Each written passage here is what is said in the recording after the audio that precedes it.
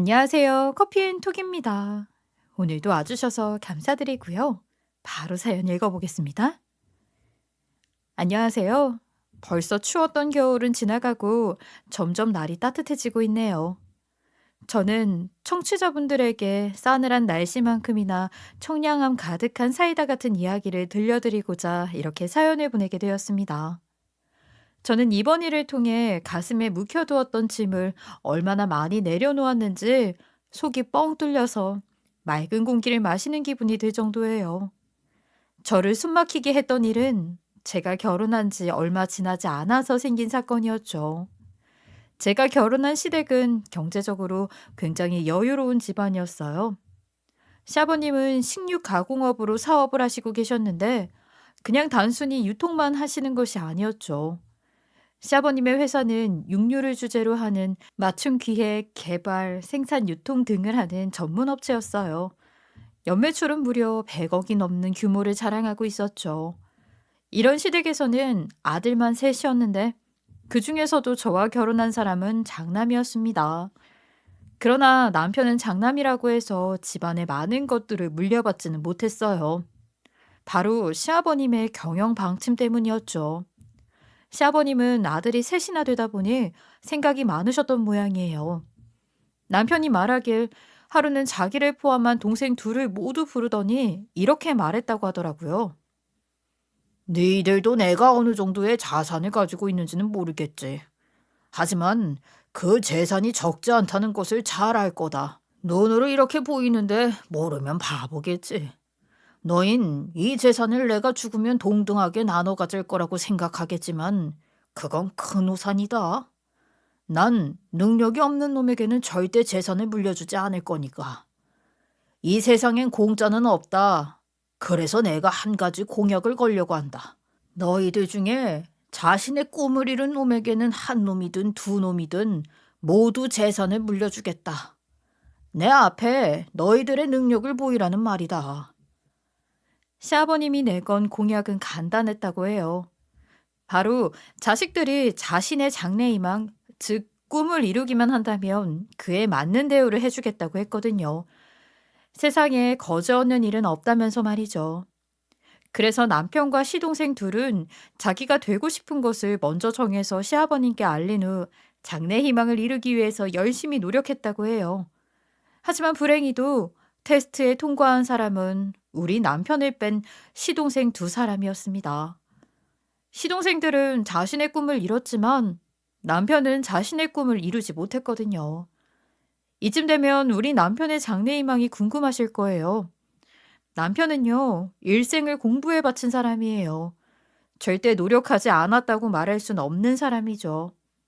그런 남편이 꿈꾼 직업은 바로 검사였어요. 그러나 검사가 되기 위해서는 사법고시를 통과해야 했죠. 다들 아실 거예요.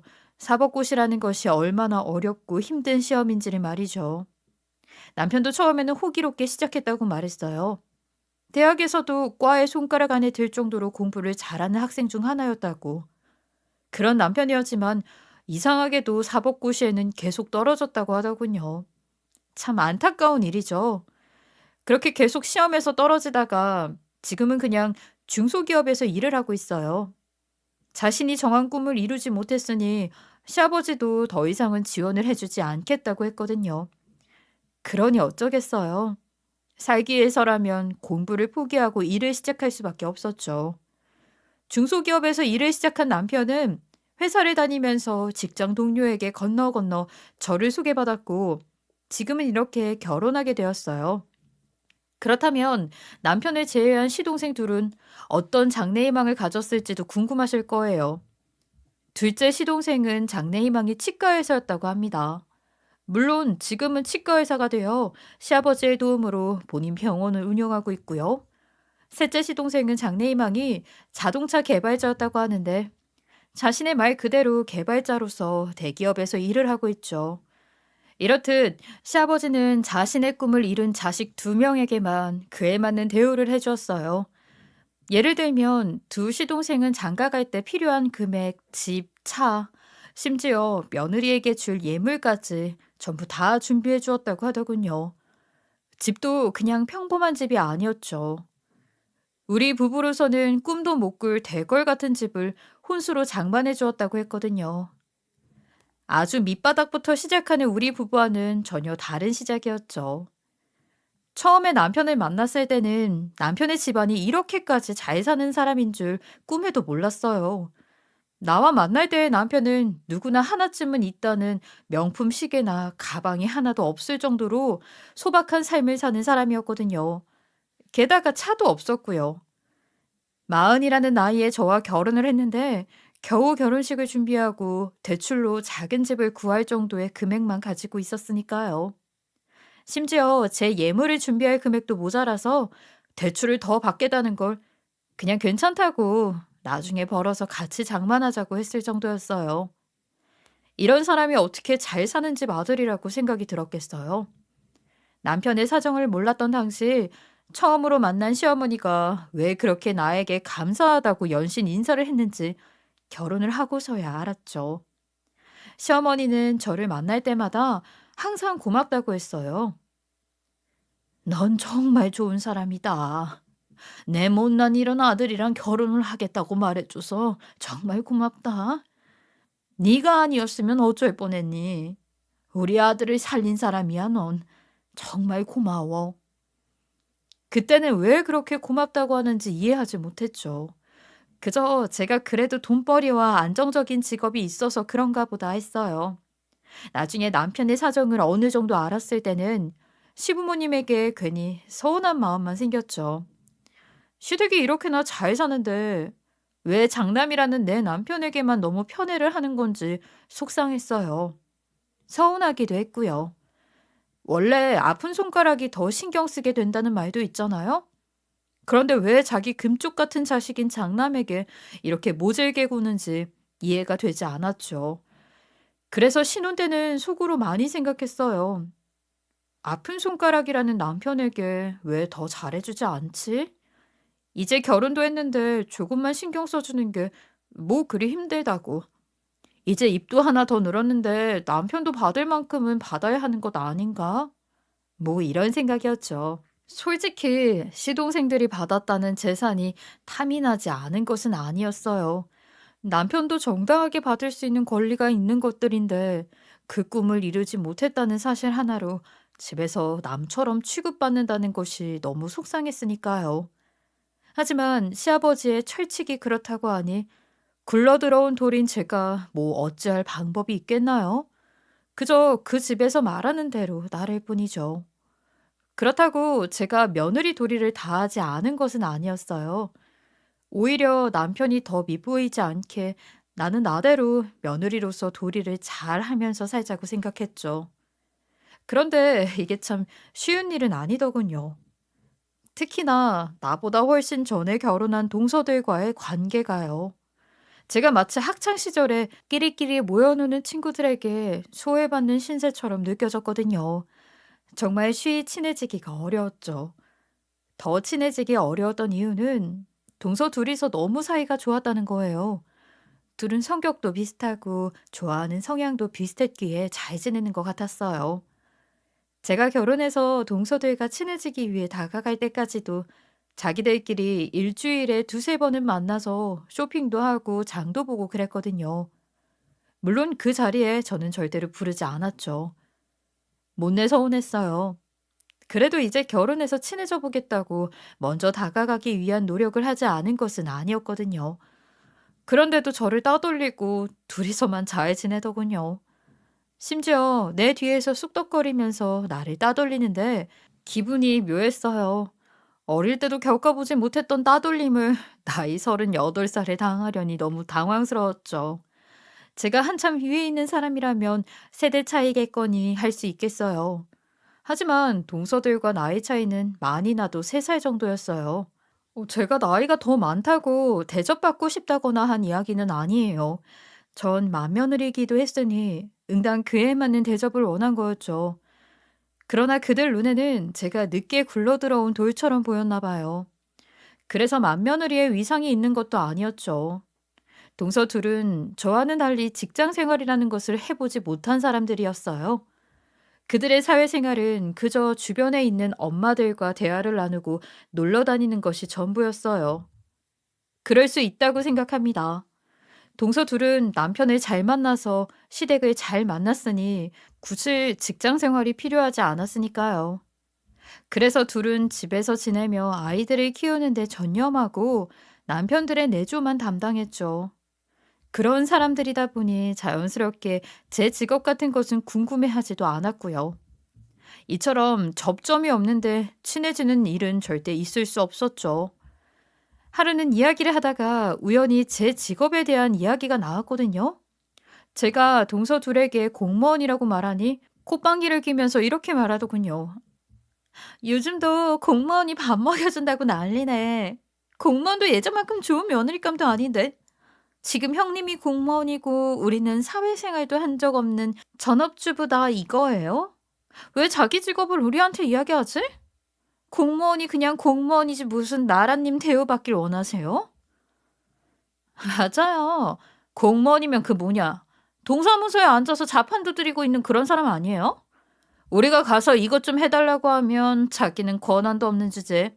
앞에 앉아서 그냥 서류만 접수해 준다면서. 나라의 녹을 먹는 사람들이 진짜 밥벌레처럼 일도 제대로 못하잖아요. 뉴스에서도 공무원이 뭐 너무 많아서 나라가 제대로 굴러가지도 않는다고 난리인데 그 공무원 그냥 때려치우죠. 형님은 참 집이 어렵지? 미안해요. 내가 생각을 못했네.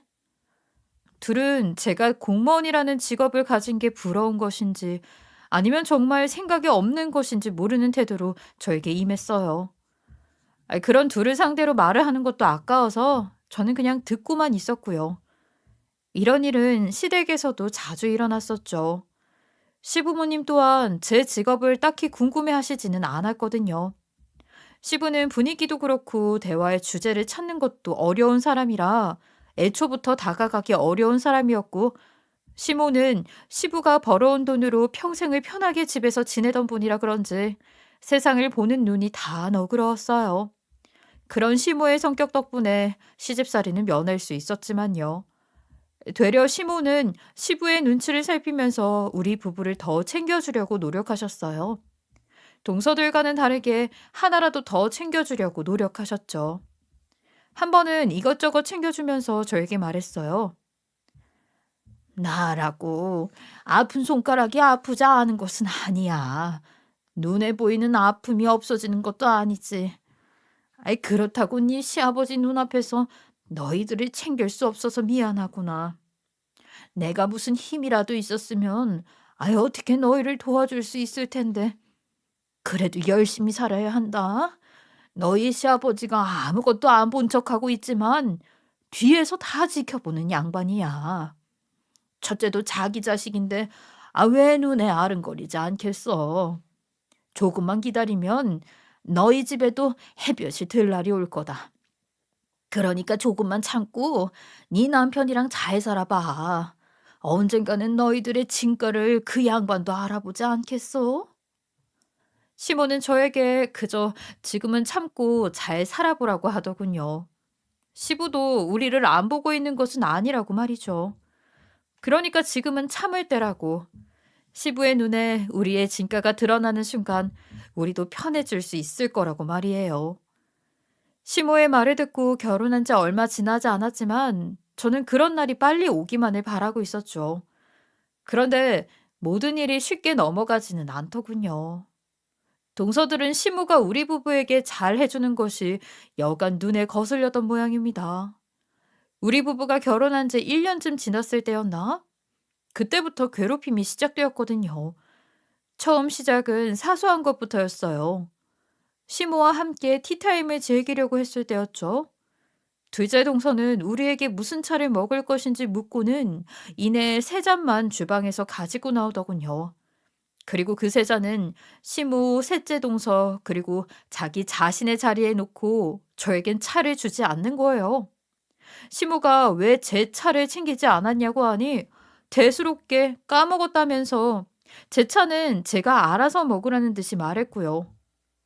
워낙 마음에 여유가 많은 시모는 이런 눈에 보이는 따돌림도 눈치채지 못했죠.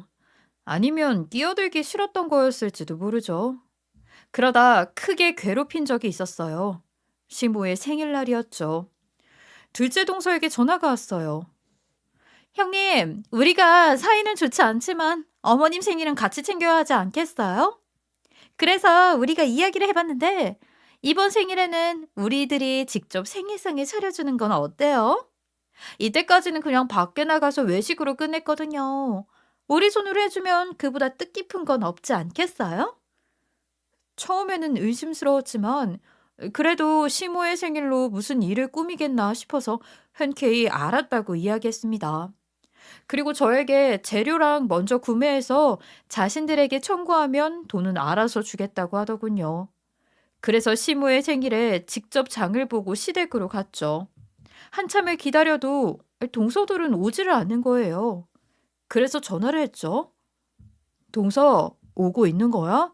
왜 이리 늦어? 지금이라도 빨리 준비해야 저녁 식사에 안 늦어. 얼른 와야 할 것 같은데? 제가 이렇게 말하니 동서 둘은 말이라도 맞춘 것처럼 서로 조금 늦는다고 먼저 요리를 준비하라고 하더라고요. 그 말에 알았다고 말했고 저는 음식을 준비하기 시작했어요. 둘은 음식 준비를 다 끝마칠 때까지 오지 않더군요. 얘들이 나를 이렇게 골탕 먹이는구나 생각하는 찰나 남편에게 전화가 왔어요. 여보, 오늘 우리 엄마 생일인데 바빠? 저번에 온다고 하지 않았나? 여기 대로변에 있는 그 큰 식당인데 우리 저녁 8시에 예약이에요. 시간 되면 꼭 얼굴이라도 비추고 밥 한 숟갈이라도 뜨고 갑시다. 남편의 말에 이때까지 한 내 노력이 허사였구나 생각했죠. 시모의 생일은 올해도 역시 집이 아닌 밖에서 지내기로 했던 모양이에요. 그런데 저는 동서들의 말에 깜빡 속아서 아무도 없는 시댁에서 요리를 한 거고요. 비참한 마음이었지만 그래도 시모의 생일은 넘어갈 수 없었기에 음식들을 정리하고 식당으로 갔어요. 거기에는 저를 뺀 가족 모두가 모여 있더군요. 늦게 도착한 저를 보자마자 동서들은 들리라는 듯이 이야기하더군요. 결혼한 지 얼마나 지났다고 어머님 생신날에 늦어? 자기가 일하는 게 뭐 대수야? 그렇게 일하는 티를 내면서 다녀야 하나? 누구네 남편들은 전부 일도 안 하는 줄 알겠어. 전 그런 동서들을 무시하고 앉아서 밥이 입으로 들어가는지 코로 들어가는지 모르게 먹었네요. 그리고 사건은 벌어졌습니다. 시모의 생일 다음 날 시모에게 전화가 왔죠. 예, 당장 우리 집으로 와봐라. 당장 시댁으로 오라는 시모의 말에는 가시가 돋쳐 있었어요. 예감이 좋지 않아 한 걸음에 시댁으로 갔죠. 시댁에는 이미 동서들도 도착해 있었고 무슨 일이 있었는지 셋째 동서는 울고 있더군요. 시모는 도착한 저를 보고는 소파로 당장 앉으라고 소리쳤고 이내 본론을 말했습니다. 예, 네가 여기 셋째가 어제 놔두고 간 물건 훔쳐갔니? 아니 도대체 얼마나 없기에 남의 것에 손을 댈 수가 있어? 전 시모가 무슨 말을 하는지 알 수 없었어요. 어머니, 아니 제가 뭘 훔쳐갔다는 말씀이세요? 저는 어제 여기서 요리한 것 말고는 아무것도 손댄 게 없어요. 모르겠다고 말하는 저를 붙잡고 취조하듯이 묻는 시모의 태도에 저는 억울하기까지 했어요. 제가 훔쳐가지 않았다니까요. 어머니, 제가 아무리 없이 자랐다고 해도 남의 것에 손을 대는 파렴치한 사람은 아닙니다. 어머니가 옆에서 저를 지켜봤으니 누구보다 더 잘 아실 거 아니에요. 아니라는 내 말에도 동서들에게 무슨 말을 들었는지 시모는 이미 범인으로 저를 생각하고 있더군요. 더 이상 말이 통하지 않자 저는 그냥 범인이 아니라는 말만 하고 시댁을 나왔어요. 대문을 나가는 순간 동서들과 눈이 마주쳤는데 둘은 웃고 있더군요. 전 더 이상 둘과 상종하기도 싫은 마음에 모른 척하고 시댁을 나섰죠. 하지만 이후로 시모는 항상 모든 일에 저를 의심하면서 미워하기 시작했어요. 정말 억울하고 서운했죠. 누구보다 제가 그런 사람이 아니라는 것을 알 수 있는 사람이었는데 말이에요. 그나마 다행이라고 할 수 있는 것이 시부의 귀에 이 사태가 들어가지는 않았다는 것입니다. 그래서 시부에게마저 미움을 받는 일은 피할 수 있었죠. 착한 사람이 변하면 더 무섭다고 했던가요? 시모는 그날 이후로 전혀 다른 사람처럼 행동하기 시작했죠. 시댁에 갈 때마다 저를 차별했거든요. 그 중에서도 하루는 정말 모멸감이 될 정도였어요. 가족이 둘러앉은 자리였어요. 시아버지와 저희 남편은 각자 회사에 일이 있기에 늦는다고 전했고, 다른 사람은 모두 식사를 마치고 후식을 먹고 있었죠. 그런데 갑자기 시모가 방에서 쇼핑백 3개를 가지고 오는 거예요. 그러면서 말하더라고요. 늙은 나를 챙기느라 너희들이 고생이 많다. 맞이, 둘째, 셋째. 너희한테 내가 선물 하나씩 준비했어. 한번 뜯어봐라. 시모가 준 쇼핑백 안에는 각자 취향에 맞는 가방이 하나씩 들어있었어요. 제 것은 투박한 서류 가방처럼 보이기도 했는데 마침 이 정도의 크기의 가방이 필요했던 터라 웃으면서 고맙다고 인사를 했죠. 하지만 제 가방을 본 동서들이 눈이 커지면서 말하는 거예요. 어머, 나랑 셋째는 분명 명품 브랜드가 맞긴 한데 어머님, 저거 혹시 짝퉁 브랜드인가 봐요? 저런 마크는 생전 처음 보는 건데. 맞아요. 저도 저런 브랜드는 난생 처음 보는데요. 어디서 사신 거예요? 그런 동서들의 말에 시모는 기다렸다는 듯이 답했죠. 역시 좀 여유로운 너희들은 알아보는구나. 그래. 저거 그냥 시장 바닥에서 산 짝퉁 가방이다. 가방도 수준에 맞는 것들을 들어야지. 너희처럼 큰 집에 수준 높은 사람들은 아무렴 명품을 들어야지. 보는 사람도 부끄럽지 않게. 하지만 마지는 너희처럼 명품을 가질 필요는 없잖니? 제가 뭐 재산이 있니? 그렇다고 능력이 높니? 그런데 분수에 맞지도 않은 명품을 줄 필요가 없지. 그래서 내가 그냥 지나가는 길에 하나 주워서 왔다. 그래도 선물인데 공평하게 하나씩은 가져야지. 안 그러니? 순간 저는 얼굴이 빨개지면서 할 말을 잃었어요. 대놓고 수준이 낮은 사람에겐 명품도 필요 없다는 듯이 말하는 시모의 태도에 모멸감을 느꼈거든요. 그것도 다른 가족이 모두 모인 장소에서 말이에요. 전 뒤늦게 도착한 남편의 손을 잡고 그대로 시댁을 나섰습니다. 한순간도 더는 거기서 머무르고 싶지 않았거든요. 그리고 집에 와서 펑펑 울었죠. 이렇게 힘든 시집살이를 겪고 있던 어느 날이었어요. 제가 일하는 부서에 큰 사건이 하나 들어왔죠. 앞서 말했듯이 전 공무원으로 일하고 있어요. 그것도 검찰 수사관으로 검사를 보조하는 일을 하고 있죠. 검찰 수사관이 하는 일은 검사의 옆에서 피의자를 신문하고 벌금 집행, 수사, 압수수색, 사건 수리, 형의 집행 등 검사의 일들을 보조하는 역할이에요. 남편이 저를 만나고 빠르게 결혼을 결정했던 데에는 제 직장도 한몫했거든요. 자신의 꿈이었던 검사에 가장 가까이 있는 제 직업을 항상 부럽다고 말했었죠. 그러나 저의 자세한 직업을 아는 사람은 남편뿐이었어요. 시댁 식구들은 결혼 3년 차가 되도록 그냥 제가 공무원이라고만 알고 있었거든요. 제가 나서서 굳이 알려줄 필요는 없었죠. 뭐 물어보는 사람도 없었고요. 하여튼 함께 일하는 검사님에게 얼마 전 익명으로 한 제보가 들어왔거든요. 그것도 요즘 유행한다는 다단계 코인 사기였죠. 매스컴에서도 많이 다루는 만큼 최근에 많이 들어오는 신고이기도 하고요. 그래서 저를 포함해 2명의 수사관과 함께 코인 사기가 이루어진다는 곳에 잠입을 하기로 했습니다. 일단 어떤 집단인지 알아야 사건을 어떻게 해결할 것인지 결정할 수 있거든요. 그렇게 도착한 장소에서 저는 굉장히 익숙한 얼굴을 마주칠 수 있었어요. 바로 동서들이었습니다. 동서들은 많은 사람들 틈에서 저를 알아보지는 못했는지 그냥 지나쳐 갔고요. 물론 제가 변장을 하고 있어서 몰랐던 것일 수도 있죠. 제가 동서들을 알아볼 수 있었던 이유는 바로 단상에서 코인 사업에 대한 설명을 하고 있는 사람들이 바로 동서들이었기 때문입니다. 한눈에 보아도 동서들은 사기 업체들과 관계가 깊어 보였어요. 옆에 사기 사업을 총괄하는 수장과도 아주 긴밀한 사이처럼 이야기를 주고받고 있었고요. 처음에 동서들을 봤을 때는 제가 헛것을 본다고 생각했어요. 단상 위의 사람들이 동서들이 아닌 닮은 사람들일 거라고 말이에요. 단순히 생각해서 집에 돈을 그렇게 잘 벌어오는 남편들이 있는데 왜 밖에 나와서 사기를 치겠어요? 안 그래도 힘들다고 이야기하면 시댁 도움으로 어떻게든 잘 살 수 있는 사람들인데 동서들이 밖에서 이런 짓을 벌이고 있을 줄은 누가 알았겠어요. 반대로 동서들도 마찬가지일 거예요. 형님이 그냥 컴퓨터 앞에서 서류 작성이나 하는 공무원에 불과한 줄 알았던 사람이 여기서 이렇게 수사관으로 잠입해서 수사를 하고 있을 줄은 꿈에도 몰랐겠죠. 전 동서들에게 들키지 않기 위해 태연한 표정으로 얼굴을 이리저리 숨기며 설명회에 온 다른 사람들과 이야기를 나눴어요.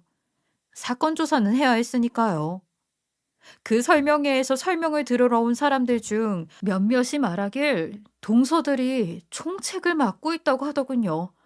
그리고 이 건물 지하에서 게임장 같은 것도 운영하고 있다며 오늘 처음 온 저에게 구경을 시켜주겠다며 가자고 말했어요. 그들의 말에 게임장도 단순한 장소가 아니구나 싶었어요.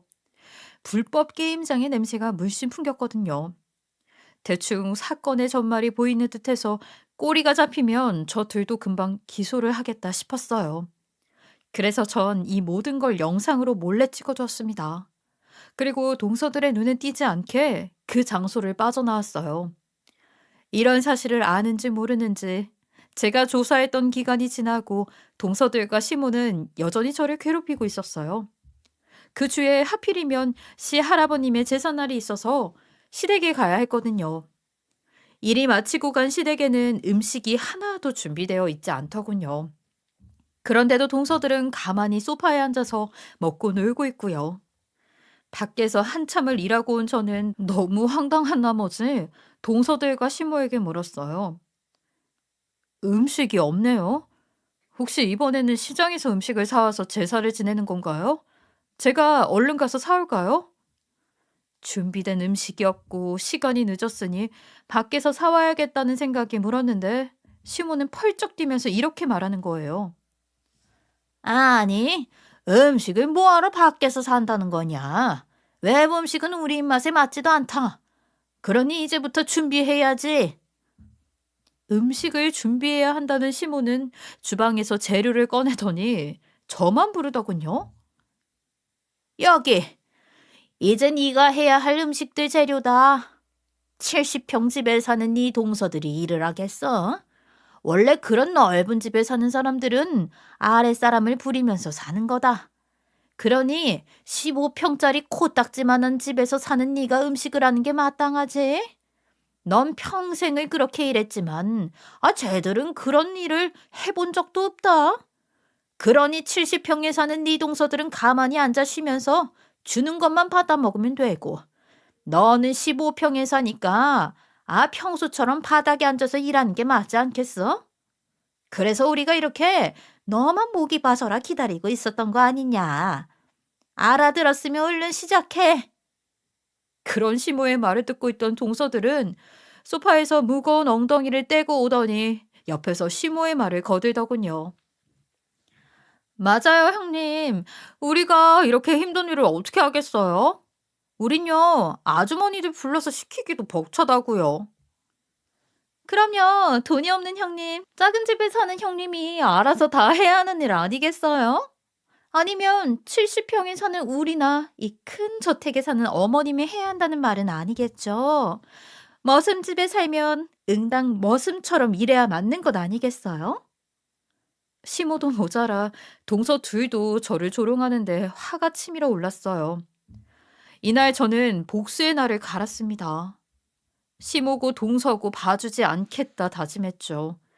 이후 사건 조사는 착실히 되어갔고 기소를 하기 위한 마무리가 어느 정도 되어갈 때쯤 저는 생각했어요. 시부와 동서들이 밉다곤 하나 시부에게는 잘못이 하나도 없다는 사실을요. 그래서 저는 시부를 찾아가서 우선 진실을 알리기로 마음먹었어요. 집에서 말하면 시모나 동서들이 들을 가능성이 있기에 시부의 회사에서 만나기로 했습니다. 그렇게 시부를 만나 이야기를 시작했죠. 아버님, 제가 이렇게 대뜸 찾아뵙고자 한 이유는 다름이 아니라 지금 동서들이 이 사건에 휘말렸기 때문이에요. 밖으로 유출되면 안 되는 자료들도 있어 간단하게 내용만 간추린 것들이에요. 한번 읽어보시죠, 아버님. 제가 건넨 서류를 읽던 시부의 표정은 붉게 변해갔죠. 그리고 화를 참을 수 없다는 듯이 저를 이끌고 시댁으로 향했습니다. 그러고는 시모에게 동서들도 부르라고 했고 집에 며느리들과 시모가 있는 자리에서 시부는 제가 건넨 서류를 펼쳤어요. 둘째, 셋째, 너희 지금 내가 준 돈으로 더러운 짓을 벌였다는 거야? 대체 집안 꼴이 이게 뭐야? 당신은 어떻게 애들이 이런 짓을 벌이고 있는데도 모르고 있을 수 있어? 평소 근엄하게 말할지언정 큰 소리를 내지 않았던 시부였기에 시모고 동서들이고 아무 말도 못한 채 벌벌 떨고 있었죠. 어떻게 내가 신경 쓰지 않고 있었다고 일이 이 지경이 될 때까지 모를 수 있었느냐 말이야. 너희들 지금 무슨 짓을 벌인 줄 알고나 있어? 이건 범죄다. 선량하고 죄 없는 시민들을 속이고 돈을 뜯어내는 그런 파렴치한 짓을 너희들이 저질렀단 말이야. 그리고 당신도 이런 사기꾼들 말에 속아서 얌체 같은 짓을 하고 있는 걸 누가 모를 줄 알아? 셋이서 작당하고 첫째를 괴롭히는 걸 내가 모르고 있다고 생각했냐고. 이것들이 아주 나를 우습게 알고 있어. 지금 여기서 가족이 범죄에 연루되었다는 소식이 들리면 회사도 무서워하지 못해. 너흰 정말 용서할 수가 없다. 내 집에서 당장 다 나가. 시모의 안색은 파랗게 질려갔고 동서들은 자신들이 벌인 일이 겉으로 드러나지 않을 것이라 생각했는지 당황한 기색이 역력했죠. 저는 그런 둘 앞에서 말했습니다. 동서들, 당신들 범죄는 이미 조사가 다 끝나가는 상태야. 내가 그저 컴퓨터 앞에서 서류나 작성하는 공무원이라고 했지. 어디 그 공무원 앞에서 더러운 낯이 벗겨지는 기분이 어때? 이래도 검찰 수사관인 내가 우습게 보여? 시모와 동서들은 제 정확한 직업을 듣더니 놀라더군요. 동서들은 제 바지를 붙잡으며 싹싹 빌었어요. 자신들을 한 번만 봐달라고. 하지만 범죄자를 제가 멋대로 봐줄 수 있고 없고 한가요? 전 안 된다고 딱 잘라 말했죠. 그런 동서들을 보더니 시부가 말했어요. 내 빠른 시일 내로 유언장 내용도 바꿀 테니 그런 줄 알아라. 둘째랑 셋째는 어디 도망갈 생각하지 말고 집에 처박혀 있고 내 말 명심해야 할 거야. 어디로 튀기만 해봐라. 시부는 유언장을 바꾼다는 말이 진심이었는지 저를 데리고 다시 회사로 돌아갔고 거기서 변호사와 함께 유언장을 새로 작성하기 시작했어요. 전 다른 장소에서 잠시 대기하고 있었고 이내 작성이 끝난 유언장을 가지고 다시 집으로 찾아가 동서들과 시모 앞에서 낭독을 하기 시작했죠. 둘째와 셋째, 너희들이 살고 있는 집의 명의는 이제 여기 첫째에게 돌리겠다. 그리고 하나는 큰아들 앞으로 바꿀 거야. 그리 알고 있어라. 또 너희는 이제 우리 가족이 아니다. 너희들 같은 범죄자는 우리 가족에 있을 수 없어. 내일부터 당장 이혼 소송에 들어갈 테니 알아서들 준비하든지 말든지. 그리고 당신은 앞으로 집에서 자숙하고 있어요. 괜히 오지랖으로 나서서 일이나 크게 만들지 말고. 전부 다 내 말 알아들었지? 아휴, 내가 정말 자식들을 잘못 키웠다. 잘못 키웠어. 이후로 동서들은 어떻게 되었냐고요? 범죄를 일으킨 범죄자인데 당연히 콩밥을 먹게 되었죠. 그리고 시동생 둘은 이혼 소송을 진행해서 동서들에게 막대한 위자료를 청구했고요. 당연하죠. 사기를 벌이고 있던 것들을 숨기면서 살고 있었으니까요. 뭐 처음부터 사기를 치고 다니지는 않았겠지만요. 동서들이 사기를 벌인 이유는 시댁에서 큰 돈을 맛보더니 더 큰 돈이 가지고 싶어졌다고 합니다. 정말 말도 안 되는 이유였죠. 그리고 시모는 제게 오해해서 미안하다며 무릎을 꿇고 사과를 하더군요. 그 뒤로 시부의 말처럼 정말 집에서 쥐 죽은 듯이 조용히 지내고 계시고요. 처음에는 시원했지만 그것도 조금 시간이 가다 보니 치근해지기 시작했어요. 마지막으로 저와 남편은 그동안 시부의 테스트에 통과해서 신임을 받으며 지내고 있어요. 저는 몰랐는데 시부는 여태껏 우리 부부가 어떻게 살고 있는지 다 지켜보고 있었다고 하더라고요. 우리가 결혼해서 15평짜리 집에서 살면서도 시댁에 어떤 투정도 안 부리고 열심히 살고 있었던 것들 모두 말이죠. 또 시부는 우리가 각자 하는 일에 최선을 다하는 모습, 그리고 더 나아가기 위해 노력하는 모습들을 아주 좋게 봤다고요. 비록 남편이 자신의 꿈을 이루지는 못했지만 그 자리에서 누구보다 열심히 자신의 일을 하는 태도가 정말 마음에 들었다면서요. 게다가 시부는 제가 수사관으로 일하고 있던 것도 다 알고 계셨어요. 심지어 아는 검사님께 제가 며느리니까 잘 부탁한다고 인사도 했다고. 시부는 머쓱하다는 듯이 말했지만 전 정말로 많은 감동을 느꼈어요. 이렇게 사건이며 이혼 소송이며 순식간에 지나갔지만 현재 우리 부부는 정말 좋은 시간을 보내고 있습니다. 일단 남편은 현재 시부의 회사에 말단 직원으로 들어가서 일을 배우고 있는 중이에요. 시부의 말에 따르면 남편의 끈기가 CEO가 됨에 충분한 자질이라고, 사업에 대한 부분만 조금 더 배우면 큰 제목이 될 수 있을 거라고 말이죠. 저도 남편이 충분히 좋은 사업가가 될 수 있다고 생각하고 있고요. 그리고 저는 동서들의 사건을 마지막으로 아이를 출산하고 잠시 육아휴직을 받아서 지내고 있었어요. 지금은 복직해서 또 열심히 일을 하고 있지만요. 동서들 사건을 겪은 이후로는 더욱 제 일에 책임감을 가지고 임하고 있어요. 저 같은 사람이 어디서 무슨 어려움을 겪고 있을지 모르는 일이잖아요.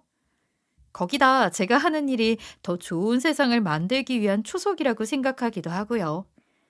아무튼 그 사건 이후에 시동생 둘은 잘 이혼해서 큰 잡음 없이 지내고 있어요.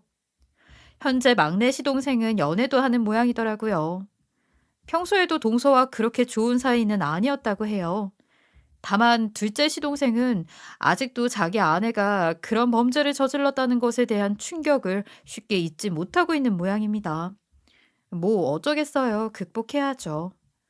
건너 건너 들은 이야기지만 동서들은 옥에 가서도 큰 소리를 치면서 돌아다니는 모양이에요. 그러면 좋은 시선은 못 받을 텐데 말이죠. 동서들이 있는 옥은 성격 있는 사람들이 제법 있다고 듣긴 했거든요. 뭐 이제는 같은 가족도 아니니까 본인들이 알아서 잘하겠죠. 어쩌겠어요. 자신들이 자초한 일인데요. 그리고 참 지금 우리 부부는 시부가 말했던 것처럼 우선 70평 집에 대한 권리를 조만간 받을 것 같아요. 유언장이기는 하나 우선 하나는 우리에게 넘겨준다고 하셨거든요. 그 집에 살고 있던 치과의사인 둘째 시동생은 다른 집을 구해준다고 해요. 연애도 안 하고 혼자서 지내니 그렇게 큰 집은 필요 없지 않냐고 묻는 시부의 말에 대꾸 한번 못했거든요. 그리고 시부는 우리가 결혼할 때 받지 못했던 예물이나 자동차 등 다양한 것들을 최근에 선물로 주셨어요. 아마도 얼마 전에 태어난 우리 아기, 손주가 무척이나 좋았던 것 같아요. 지금도 애랑 시댁에 가기만 하면 무슨 아이 선물을 한 보따리를 안겨주더라고요. 처음에는 조금 부담스러웠지만 지금은 그냥 감사합니다 하고 다 받고 있어요. 줄 때 받아야 도리 아니겠나요? 제 긴 이야기를 듣는 분들에게도 통쾌한 기분을 느끼게 해주었으면 싶어요. 세상을 살면서 많은 일이 있겠지만 모두들 잘 헤쳐나가시길 바랍니다. 저의 이야기 들어주셔서 감사하고요. 늘 행복만 가득하셨으면 좋겠습니다. 지금까지 커피앤톡이었습니다. 오늘도 끝까지 함께 해주셔서 감사하고요. 다음 영상으로 또 찾아뵙겠습니다.